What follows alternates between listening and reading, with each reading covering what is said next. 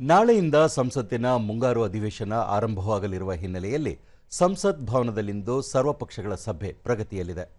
ಅಧಿವೇಶನದ ಸುಗಮ ಕಲಾಪಕ್ಕೆ ಎಲ್ಲಾ ಪಕ್ಷಗಳ ಸಹಕಾರ ಕೋರುವ ಪ್ರಯುಕ್ತ ಸಭೆಯನ್ನು ಆಯೋಜಿಸಲಾಗಿದ್ದು, ರಕ್ಷಣಾ ಸಚಿವ ರಾಜನಾಥ್ ಸಿಂಗ್ ಸಭೆಯ ಅಧ್ಯಕ್ಷತೆ ವಹಿಸಿದ್ದಾರೆ. ಸಂಸದೀಯ ವ್ಯವಹಾರಗಳ ಸಚಿವ ಕಿರಣ್ ರಿಜಿಜು, ರಾಜ್ಯಸಭೆಯ ನಾಯಕ ಜೆಪಿ ನಡ್ಡಾ ಸೇರಿದಂತೆ ಪ್ರಮುಖ ಸಚಿವರು ಪಾಲ್ಗೊಂಡಿದ್ದಾರೆ. ಕಾಂಗ್ರೆಸ್, ಸಮಾಜವಾದಿ ಪಕ್ಷ, ಡಿಎಂಕೆ, ಆಮ್ ಆದ್ಮಿ, ಎಡಪಕ್ಷಗಳು ಸೇರಿದಂತೆ ವಿರೋಧ ಪಕ್ಷಗಳ ಹಲವು ನಾಯಕರು ಪಾಲ್ಗೊಂಡಿದ್ದಾರೆ.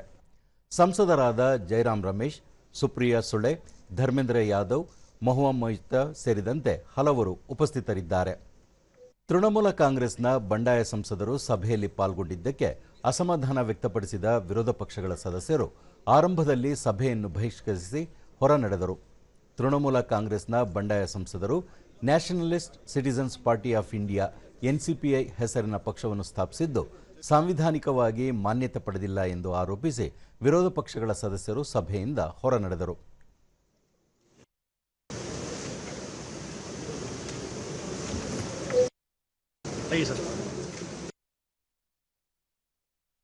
ಬಳಿಕ ಮಾತನಾಡಿದ ಟಿಎಂಸಿ ಸಂಸದೆ ಮಹುವಾ ಮೊಯ್ತಾ, ಎನ್ಸಿಪಿಐ ಸದಸ್ಯರು ಸಭೆಯಲ್ಲಿ ಪಾಲ್ಗೊಂಡಿರುವುದು ಸರಿಯಲ್ಲ, ಸಂಸದೀಯ ಪಕ್ಷದ ಮಾನ್ಯತೆಯನ್ನು ಎನ್ಸಿಪಿಐ ಹೊಂದಿಲ್ಲ ಎಂದು ತಿಳಿಸಿದರು.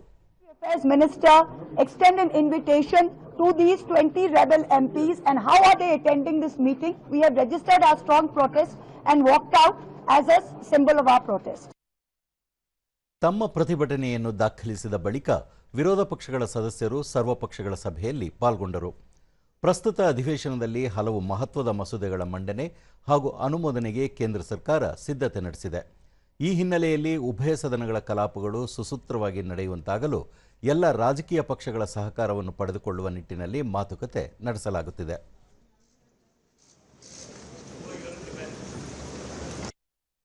पीछे पीछे पीछे और ना जूम करना